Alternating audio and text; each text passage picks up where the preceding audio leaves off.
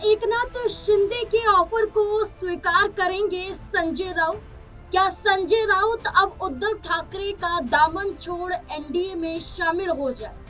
महाराष्ट्र में विधानसभा चुनाव बीत चुका है और एकनाथ शिंदे मुख्यमंत्री रेस में अपने आप को आगे देख रहे थे, लेकिन भारतीय जनता पार्टी गठबंधन के तहत मुख्यमंत्री देवेंद्र फडणवीस को बनाया जाता है। एकनाथ शिंदे के हाथ लगता है उप मुख्यमंत्री पर। एकनाथ शिंदे उप मुख्यमंत्री बने तो सही, लेकिन बीजेपी से रह रहकर उनकी नाराजगी लगातार जाहिर होती रही। इस बार एकनाथ शिंदे अब अपने आप को मजबूत करने के लिए उद्धव ठाकरे गुट को तोड़ने की कवायद में जुट चुके हैं। क्या एकनाथ शिंदे कोई बड़ा खेल करने वाले हैं, या एकनाथ शिंदे संजय राउत को अपने साथ लाकर बीजेपी को चौंकाने वाले हैं, या बीजेपी को ये नसीहत देने वाले हैं कि उनके पास एक बड़ा चेहरा आने वाला है और उनकी मजबूती महाराष्ट्र में और भी ज्यादा देखी जानी चाहिए। तो अब ऐसे में कई सवाल खड़े हो जाते हैं कि एकनाथ शिंदे का वो कौन सा ऑफर है जिस पर संजय राउत ने बड़ा बयान दिया है, जिसके आधार पर माना जा रहा है कि क्या महाराष्ट्र में एक बार फिर से कुर्सी का खेल देखने को मिलेगा। तमाम सवाल हैं, इससे जुड़े हुए तमाम सवालों के जवाब लेंगे। मेरे साथ मेरे वरिष्ठ सहयोगी अमन सर जुड़ चुके हैं। सर बहुत बहुत स्वागत है। जी सर, एकनाथ शिंदे के जरिए संजय राउत को ऑफर दिया गया है कि उनके साथ हाथ मिला लिया जाए,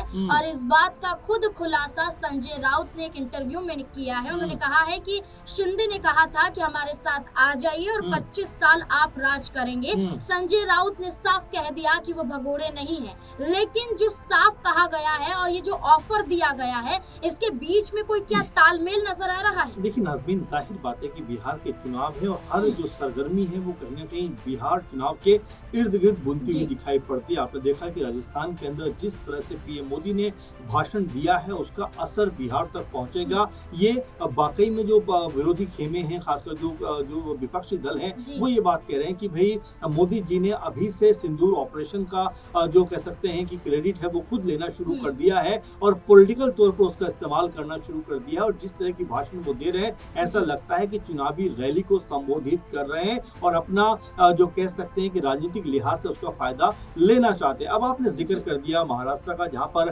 हम देखें जब एकनाथ शिंदे शिवसेना से अलग होते हैं, बीजेपी के साथ जाते हैं, बाकायदा सरकार बनती है, एकनाथ शिंदे मुख्यमंत्री बन जाते हैं। उसके बाद जब चुनाव होते हैं और चुनावों में जो रिजल्ट सामने आता है उसमें एक बार फिर महायुति जो गठबंधन यानी कि जो बीजेपी कह सकते हैं समर्थित जितने भी दल थे उनको बहुमत मिल जाता है और यहाँ पर सरकार बन जाती है। बीजेपी के पास तकरीबन 130-32 के आसपास सीटें आती हैं और यहाँ पर ये भी लगने लग गया कि क्या बीजेपी शिंदे को बाहर कर सकती है, शिंदे को हटा सकती है, क्योंकि मुख्यमंत्री पद को लेकर आपने देखा कि काफी दिनों तक आपस में जो है इस बात को लेकर मंथन चलता रहा।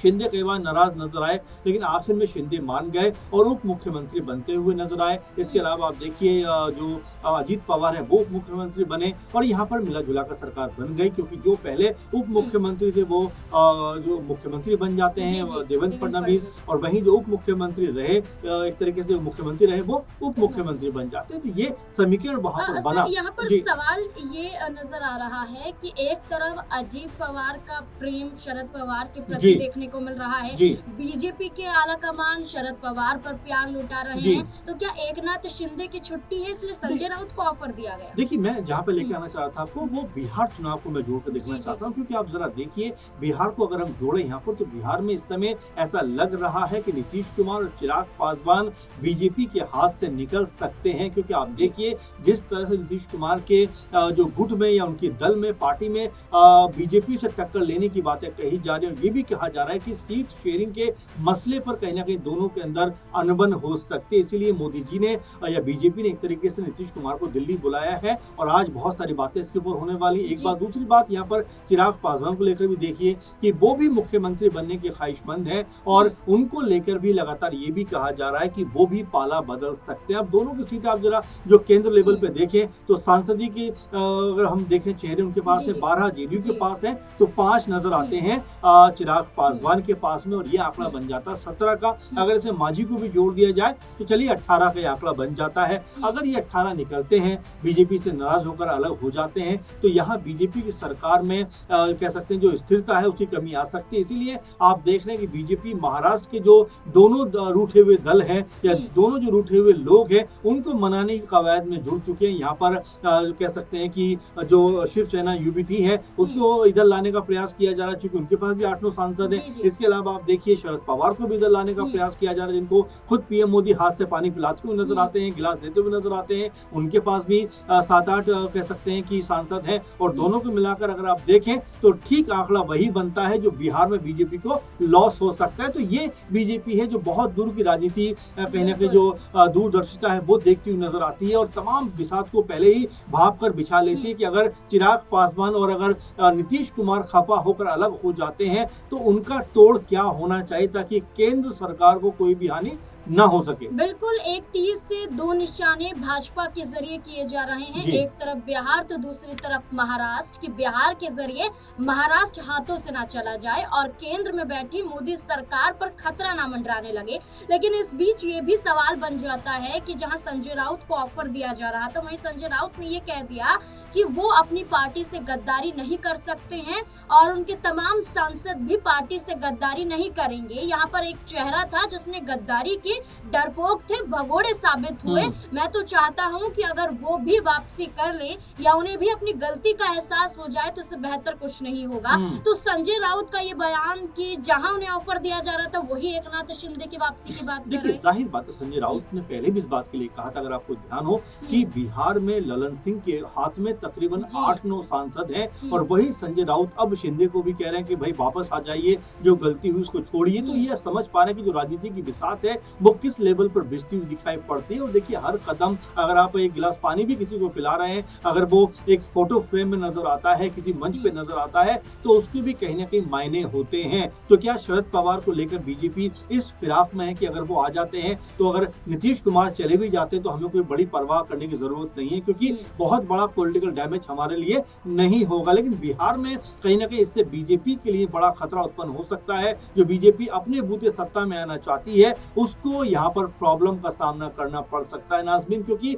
बिहार में अगर आप देखेंगे तो बीजेपी की अपनी ताकत से ज्यादा दूसरों के ऊपर जो निर्भरता है वो बहुत ज्यादा कह सकते हैं उनकी चीजों को मुश्किल बना देता है। क्योंकि आप देखिए जब लोकसभा चुनाव 2024 में हुए उस समय भी नीतीश कुमार को 12 लोकसभा सीटें मिलती हैं और वहीं बीजेपी को भी 12 ही लोकसभा की सीटें मिलती है। यानी कि नीतीश कुमार अभी भी मजबूत चेहरा है, मजबूत उनका जो वोट बैंक है उनकी तरफ है और ऐसे में बीजेपी चाहकर भी उनको अपने आप से अलग नहीं कर सकती। लेकिन अगर सीट शेयरिंग को लेकर मामला कहीं भी फंसा, कहीं भी ऐसा लगा कि भाई नीतीश कुमार अपनी जिद पर अड़ गए और साथ में मुख्यमंत्री पद को लेकर भी कहा जा रहा है कि बीजेपी सोच रही है कि अब नीतीश कुमार को ही हर बार की तरह मुख्यमंत्री नहीं बनाना है, बल्कि उनकी जगह बीजेपी का कोई चेहरा सामने लेकर आना चाहिए। इसी को लेकर मंथन का लगातार दौर है और कई जगह पर यह भी कहा गया बीजेपी के नेताओं के द्वारा कि भाई अभी से हम मुख्यमंत्री पद का ऐलान नहीं करेंगे, जब चुनाव हो जाएंगे उसका बैठक होगी तब जो है कोई नेता चुना जाएगा। यानी बीजेपी पूरी तरह नीतीश कुमार के समर्थन में नहीं है, लेकिन